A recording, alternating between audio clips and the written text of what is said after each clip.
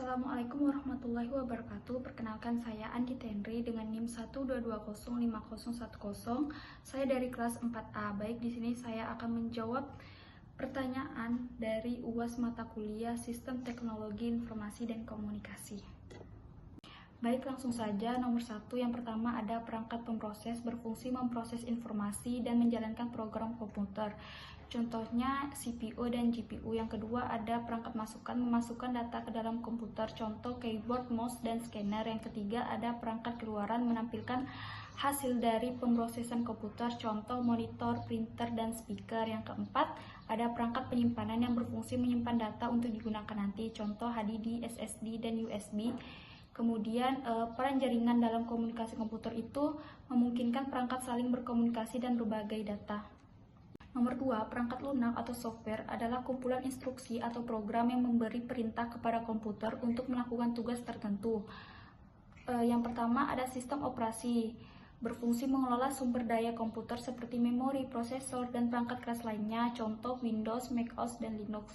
Kemudian yang kedua ada program aplikasi, berfungsi dirancang untuk melakukan tugas spesifik seperti pengolahan kata, pengeditan gambar, atau menjelajahi internet. Contohnya Microsoft Word, Adobe Photoshop, dan Google Chrome. Yang ketiga ada program bahasa yang berfungsi digunakan untuk menulis program komputer. Contohnya Python, Java, dan C++.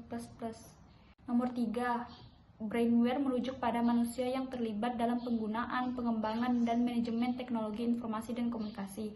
Perannya krusial karena brainware adalah penggerak utama di balik inovasi, pengembangan sistem, dan pemanfaatan TIK secara efektif dalam berbagai bidang.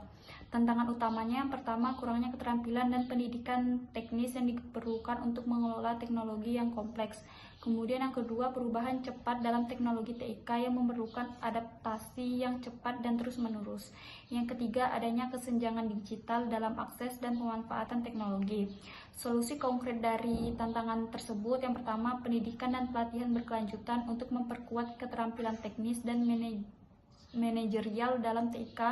Kemudian yang kedua, program sertifikasi untuk memvalidasi keterampilan dan pengetahuan dalam TIK. Yang ketiga, mendorong kolaborasi antara industri, akademis, dan pemerintah untuk pertukaran pengetahuan dan inovasi. Dan yang keempat, fokus dalam pengembangan kemampuan berbasis kompetensi untuk meningkatkan daya saing dan adaptasi brainware. Dengan meningkatkan kualitas brainware melalui pendidikan, pelatihan, sertifikasi, kolaborasi, dan fokus pada kompetensi, kita dapat memastikan bahwa sumber daya manusia ini mampu memanfaatkan TIK secara efektif. Nomor 4, internet adalah jaringan global yang menghubungkan komputer di seluruh dunia melalui protokol seperti TCP atau IP. Pengaruh positifnya termasuk kemudahan akses informasi untuk pendidikan, e-commerce global, dan konektivitas sosial yang luas. Contoh konkretnya adalah platform pembelajaran online, situs e-commerce besar, dan media sosial.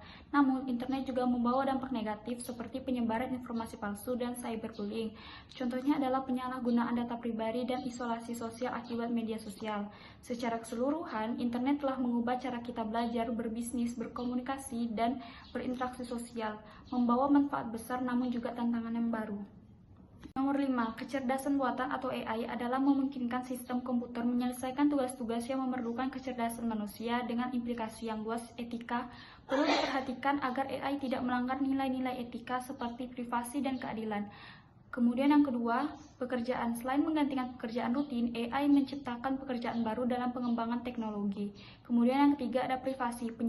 Penggunaan AI dapat mengancam privasi dengan analisis data pribadi.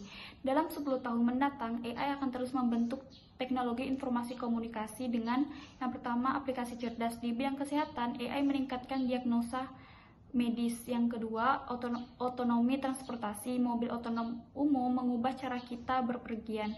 Yang ketiga, pembelajaran mesin. AI lebih adaptif dan mampu belajar dari data terus-menerus.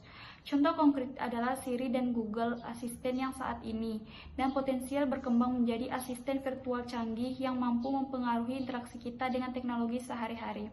Sekian dari saya. Wassalamualaikum warahmatullahi wabarakatuh.